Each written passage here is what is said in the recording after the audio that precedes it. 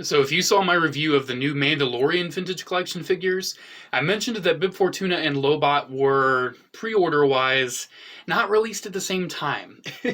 They were actually scheduled to ship on May the 4th. I guess Hasbro was like, oh, we'll release these on Star Wars Day. But Amazon was like, you sent these in the same case as these Mandalorian ones. We are not waiting several months to ship these out. We're going to ship it now. So here I am. I got Bib Fortuna. I got Lobot. These guys have needed an update for a good, 16, 17 years?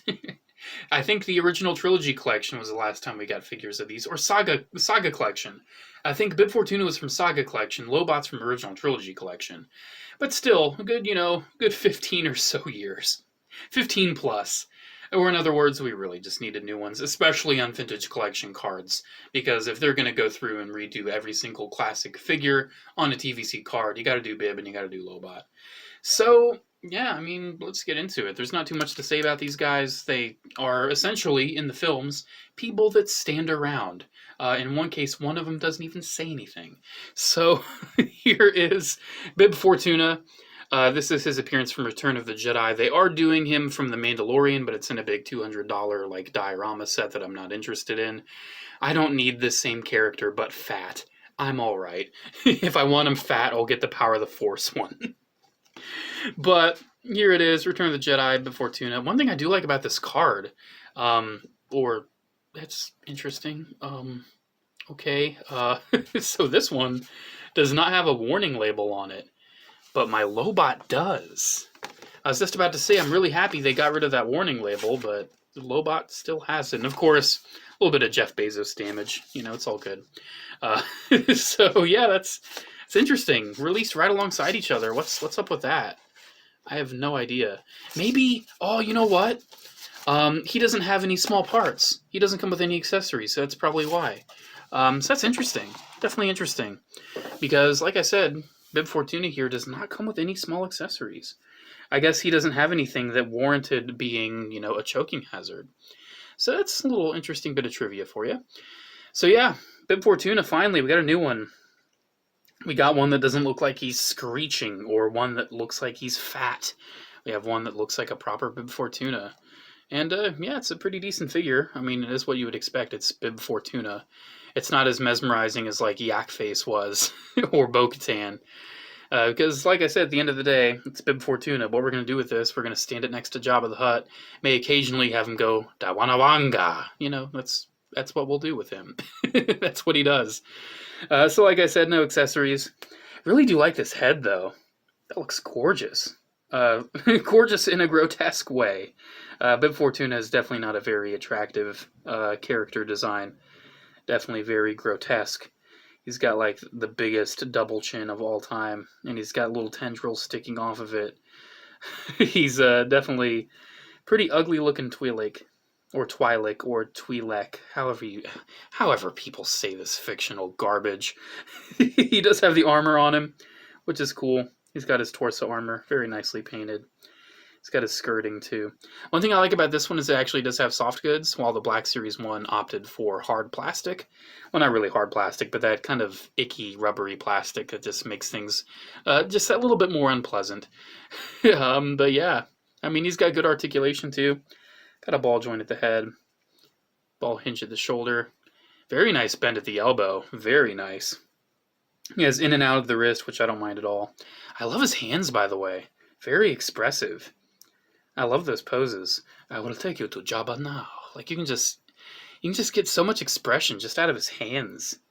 Love how they did that. Oh wow, that is nice. His legs, I must apologize, we do have to lift it. So one interesting thing, even though this is the same wave as Bo-Katan and Queel, it does still use the old style of hips. So it is like that disc hinge right there. And then a thigh swivel. And then a knee bend, which goes pretty tight. So you can get some good articulation. And he has got the old style of ankle. So it's almost like this figure was in production earlier on than Bo-Katan and Queel, which definitely could have been the case. So I do want to make a couple comparisons, because like I said, this is the first time we've gotten a Bib Fortuna in quite a long time. So I do have to show it to that old one, because, I'm sure that's the one that most of us have had in our collection this whole time. He doesn't like standing. That's one problem with this guy. He's got these ankle joints, but they're very clicked, if that makes any sense. So it is kind of hard to get him standing just right. There we go. I think I got him. So, oh God, ugh, hate this one. Never liked it. I always felt like I was just compromising. So you can see this one does have a sculpted robe, which does essentially make him a brick. And he also has like no actual arm movement besides his elbows. And for whatever reason, they gave him a dagger that's just tucked in his tummy. He's got a tummy dagger. But more importantly, that face. Oh, jeez. It's like he already looks ugly. You just had to make him look even worse. No, he's died. Yeah, just look at that. That looks exactly how he did in the movie. He's got lipstick. His eyes are all going crazy. That's something special right there. Oh man, honestly, this one might actually work decently as a Mandalorian version. but yeah, and one other comparison I want to make, just because it's actually one of the few. That's a very odd looking picture right there. Just because it's one of the few like decently complete vintage figures I have. Here it is with the vintage Bib Fortuna. So we can see what all these years, nearly 40 years difference looks like between action figures. 40 years and about $10 difference, if that gives you any indication. But yeah, that's pretty interesting looking at that. The old one, honestly, at the time, before this new one, I honestly want to say that Kenner one has the best Bib Fortuna head sculpt, but obviously this new one is pretty stellar. So there's Bib. I think we've talked enough about Bib. Let's talk about the Lobot. Let's get low with the Lobot. I've already looked at his card. Classic retro card. I dig it. Lobot's just standing there thinking he's so cool. Always thought this character was interesting. I always thought his, he's basically lobotomized. That's where he gets the name Lobot, because he has a computer in his head instead of a brain. So, yeah, he's definitely pretty interesting. This figure, too, is very nice. Not very action-packed, and definitely some odd proportion. That's just because of the costume, though. Basically, he has these very tiny shoulders and these very huge elbows. He's got these massive elbow hinges, which I find kind of funny. But still, I mean, it definitely works. You get a nice bend out of it, too. He's got a nice little detail on the belt. He does come with an E11, a very nicely weathered E11, which I dig. There's a little hole in it, though. You see that? No, it's not a hole. It's just a shadow. I thought it was a hole in it. I'm like, does it peg somewhere? No, it doesn't. Actually, oh no! This is a Rogue One version of the E11. This isn't accurate to the original trilogy. Whatever. I don't even really recall him using the E11. Maybe he got handed it when they were escaping, but I don't really recall it. Really nice head, like I said. Looks a lot like the actor. I definitely dig that. Not much to say, man. It's Lobot. His articulation, he's got very, very crazy head movement. I mean, I guess having a computer in your brain, you start going insane. Whoa! I already showed his shoulders and his elbows. His waist, pretty standard. He does have up and down at both wrists, so that's very nice. Very happy that Hasbro's finally caught on that that's the useful point of motion. And like Bib Fortuna, he does have the old style of hip. He doesn't have new hips. Man, Bib Fortuna's face is so realistic, my camera keeps wanting to focus in on him. Just turn around for me, please. There we go. Focus on this face. This is an actual human face right here. What are we doing? There we go. Yeah, he's got thigh swivel. He's got knee bend. And he's got the old style of ankle, unfortunately. But honestly, one thing I do like about these hips, they are a little more hidden. But then again, they are like the older style. Definitely odd. Honestly, I think functionality-wise, Lobot's a better figure than Bib Fortuna, but Lobot doesn't have all that fabric while Bib does. So, I do not have the vintage Lobot, but I do have this Lobot. This very dated-looking, doofy-looking Lobot.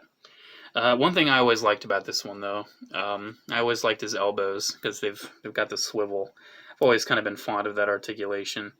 But one other thing that I love about this one, I mean, you can see that head sculpt's not that great, but you can actually take off his brain I don't know why. Maybe that's just how they like pieced it together in the factory.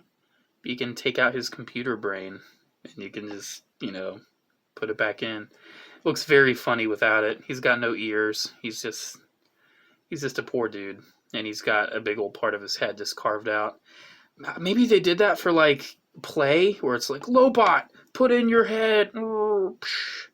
Hi. Except he doesn't talk. Yeah, this one totally stiff legs. Basically, not 5 POA. He's got like a few extra points.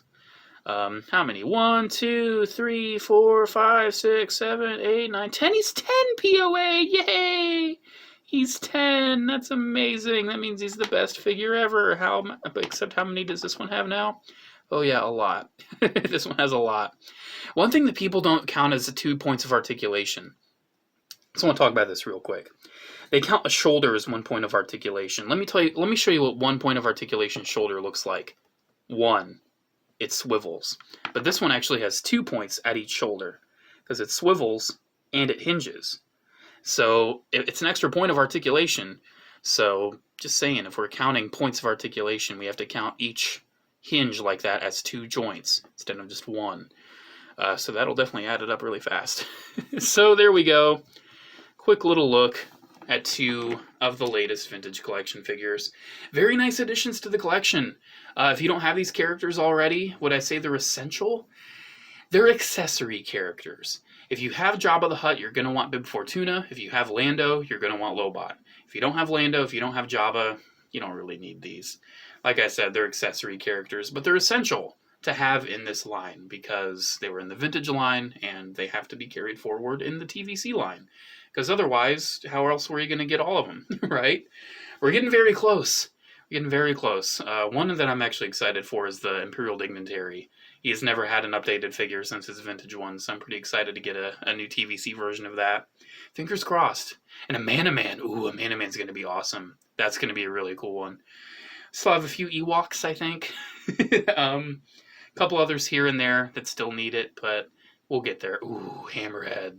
Momonadon, that's going to be an awesome one too. Alrighty, I'll stop talking. Thank you guys so much for watching. Special shout out to the patrons of Patreon. Thank you all so much for the continued support. As always, I genuinely appreciate it. Alrighty guys, there we go. Have a great day, and I'll see you in the next video. Bye.